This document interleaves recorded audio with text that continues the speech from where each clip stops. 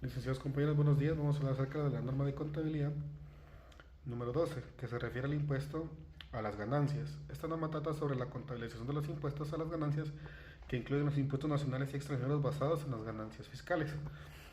El objetivo de esta norma es establecer el tratamiento contable de los impuestos a las ganancias, proporcionando directrices sobre cómo reflejar en los estados financieros las consecuencias fiscales actuales y futuras.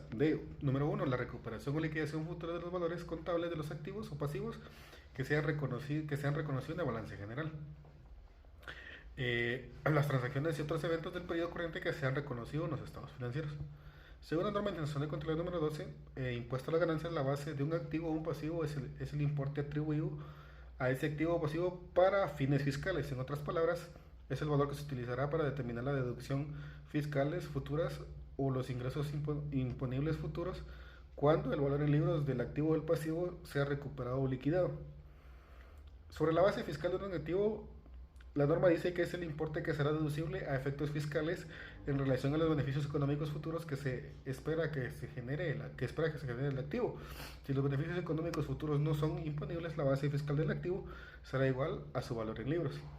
¿Cuál es la base fiscal de un pasivo?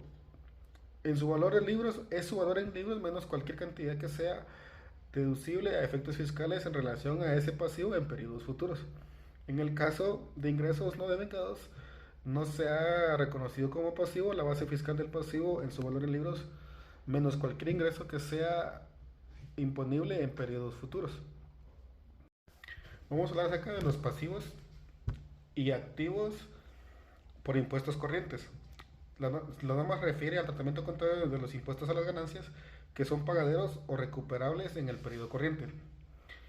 Las directrices para pasivos por impuestos corrientes. La norma dice que se debe reconocer un pasivo por impuestos corrientes por el importe de los impuestos a pagar derivado de las ganancias imponibles en el periodo corriente. Si se ha pagado un importe mayor al debido, se reconocerá un activo por impuestos corrientes a la medida que en el exceso pueda ser recuperado a través del reembolso o compensaciones con pagos futuros. ¿Cómo podemos hacer la medición? Los pasivos por impuestos corrientes se miden utilizando las tasas impositivas que han sido promulgadas o sustantivamente promulgadas a la fecha del balance. Activos por impuestos corrientes. En su reconocimiento se debe reconocer un activo por impuestos corrientes por el importe que ya ha sido pagado sobre las ganancias imponibles del periodo corriente y anteriores, en la medida en que dicho importe sea recuperable a través de reembolsos o compensaciones con pagos futuros. Esto incluye situaciones donde los pagos anticipados de impuestos exceden los impuestos a pagar para el periodo. La medición de los activos impuestos corrientes se pueden medir utilizando las tasas impositivas que han sido promulgadas o sustantivamente promulgadas a la fecha del balance. Es importante realizar un reconocimiento adecuado de los pasivos y activos por impuestos corrientes para presentar una imagen fiel de la situación financiera de la entidad y de sus estados financieros. Reflejar correctamente estos elementos asegura que los usuarios de los estados financieros tengan una comprensión precisa de las obligaciones fiscales de la empresa y de los montos recuperables de los que a su vez afectan las decisiones económicas y financieras de la entidad. Diferencias temporarias imponibles, de acuerdo a la NIC 12. La norma nos explica que se reconocerá un pasivo de naturaleza fiscal cuando exista una diferencia temporaria imponible. En el caso de los activos, de forma inherente se supone que se va a recuperar su valor en libros como beneficios económicos futuros. La norma nos brinda un ejemplo de estas diferencias temporarias imponibles en el cual nos indica lo siguiente.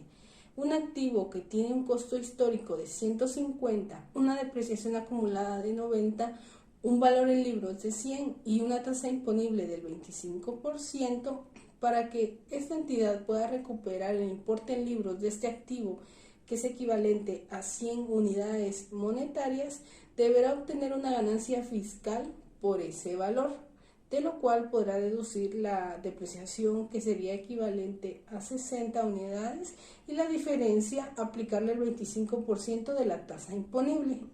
Por lo tanto, la entidad reconocerá un pasivo por impuestos diferidos de 10 unidades monetarias. Este reconocimiento se irá dando conforme la entidad vaya recuperando el valor en libros. Reconocimiento inicial de un activo o un pasivo. De acuerdo a la NIC 12, en el reconocimiento inicial de un activo o un pasivo pueden surgir diferencias temporarias. Esto debido a que parte del costo del activo o bien su totalidad es deducible a efectos fiscales.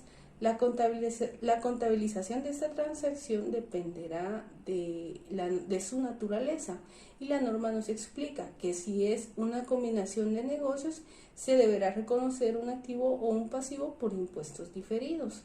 Si esta transacción afecta la ganancia contable o bien la ganancia fiscal, esto dará lugar a diferencias temporarias imponibles o bien deducibles. Y si no es una combinación de negocios, ni afecta la ganancia contable, ni afecta la ganancia fiscal, no dará lugar a estas diferencias. Diferencias temporarias deducibles. Se reconocerá un activo por impuestos diferidos a causa de las diferencias temporarias deducibles, a medida que resulte probable que la entidad disponga de ganancias fiscales futuras contra las que cargar esas diferencias temporarias deducibles. Plusvalía. Si el importe en libros de la plusvalía que surge en una combinación de negocios es menor que su base imponible, esta diferencia dará lugar a un activo por impuestos diferidos. El activo por impuestos diferidos que surge en el reconocimiento inicial de la plusvalía deberá reconocerse como parte de la contabilización de una combinación de negocios. Reconocimiento inicial de un activo o pasivo. Un caso donde aparecerá un activo por impuestos diferidos tras el reconocimiento inicial de un activo es cuando la subvención del gobierno relacionada con el mismo se deduce del costo para determinar el importe en libros del activo en cuestión, pero sin embargo no se deduce para efectos del importe depreciable fiscalmente, en otras palabras, porque es parte de la base fiscal. Pérdidas y créditos fiscales no utilizados. Debe reconocerse un activo por impuestos diferidos siempre que se puedan compensar con ganancias fiscales de periodos posteriores, pérdidas o créditos fiscales no utilizados, y la ganancia impositiva futura estará disponible contra la que puedan utilizarse las pérdidas fiscales y los créditos fiscales no utilizados. Reconsideración de activos por impuestos diferidos no reconocidos. Al final del periodo sobre el que se informa, una entidad evaluará nuevamente los activos por impuestos diferidos no reconocidos.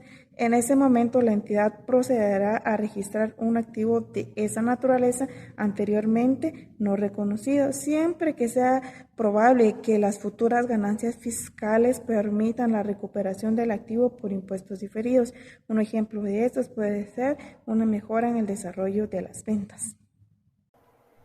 Inversiones en subsidiarias, sucursales y asociadas, y participaciones en acuerdos conjuntos. Las diferencias temporarias imponibles dan lugar a pasivos por impuestos diferidos. Las diferencias temporarias deducibles. Algunas diferencias temporarias son deducibles para fines fiscales. El tratamiento contable del impuesto a las ganancias.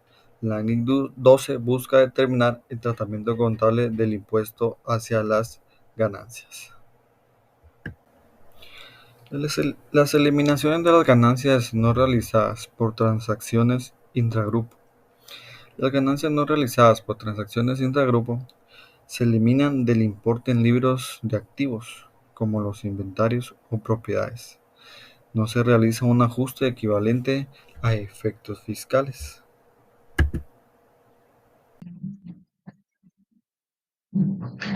Reconocimiento de impuestos corrientes y diferidos. La contabilización de los efectos fiscales, tanto en periodos corrientes como en diferidos para posteriores periodos de una determinada transacción o suceso económico, ha de ser coherente con el registro contable de estas transacciones o el suceso correspondiente. Una entidad reconocerá las consecuencias de los dividendos como se define en la NIF 9 cuando reconozca un pasivo por dividendos a pagar. Las consecuencias de los dividendos el impuesto a las ganancias están más directamente relacionadas con transacciones de sucesos pasados que generaron ganancias que con las distribuciones hechas a los propietarios. Por ello, una entidad reconocerá las consecuencias de los dividendos en el impuesto a las ganancias en el resultado del periodo, otro resultado integral o patrimonio, según donde la entidad haya reconocido originalmente esas transacciones o sucesos pasados.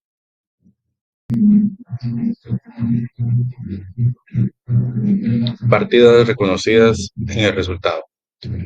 El impuesto corriente y el diferido se reconocerá como ingreso o gasto e incluirá en el resultado del periodo en la medida en el que el impuesto surja de, inciso A, una transacción o suceso que se reconoce en el mismo periodo o en otro diferente fuera del resultado, ya sea en otro resultado integral o directamente en el patrimonio. Inciso B, una combinación de negocio. Partidas reconocidas fuera del resultado. Los impuestos corrientes y los impuestos diferidos deberán reconocerse fuera del resultado si se relacionan con partidas que se reconocen en el mismo periodo o indiferente fuera del resultado. Compensación de activos y pasivos por impuestos corrientes. La NIC 12 permite reconocer un activo por impuestos corrientes cuando se pueden compensar con ganancias fiscales de ejercicios posteriores, pérdidas o créditos fiscales no utilizados. Sin embargo, esta compensación solo es posible si es probable que haya ganancias fiscales futuras disponibles contra las cuales cargar estas pérdidas o créditos fiscales no utilizados. Compensación de activos y pasivos por impuestos diferidos. Las diferencias temporarias imponibles generan pasivos por impuestos diferidos, mientras que las diferencias temporarias deducibles generan activos por impuestos diferidos. La NIC 12 también aborda las consideraciones de activos por impuestos diferidos no reconocidos. Gastos por el impuesto a las ganancias. El gasto por impuesto relacionado con el resultado del periodo precedente de actividades ordinarias se presentará como parte del resultado del periodo, en los estados del resultado del periodo y otro resultado integral. Asimismo, la NIC 21 exige el reconocimiento como ingresos o gastos de ciertas diferencias de cambio, pero no especifica si tales diferencias deben ser presentadas en el estado del resultado integral. Por consiguiente, cuando las diferencias de cambio en los activos y pasivos por impuestos diferidos extranjeros se reconozcan en el estado o resultado integral, estas diferencias pueden clasificarse como gastos por impuestos diferidos si se considera que esa presentación es más útil para los usuarios de los estados financieros. Información a revelar.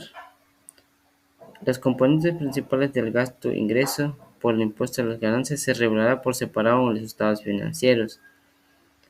Los componentes del gasto-ingreso por el impuesto a las ganancias pueden incluir gasto-ingreso por impuesto corriente o cualquier ajuste reconocido en el periodo por el impuesto corriente de periodos anteriores. También se debe revelar el importe del gasto-ingreso por impuestos diferidos relacionados con el nacimiento y redención de diferencias temporarias. Asimismo, la información siguiente deberá también revelarse por separado, tales como el importe agregado de los impuestos corrientes y diferidos relacionados con las partidas cargadas o acreditadas directamente a patrimonio. Y por último, el importe del ingreso por impuestos relativo a cada componente del otro resultado integral. Es importante resaltar que pueden consultar la norma NIC 12, impuesto a las ganancias.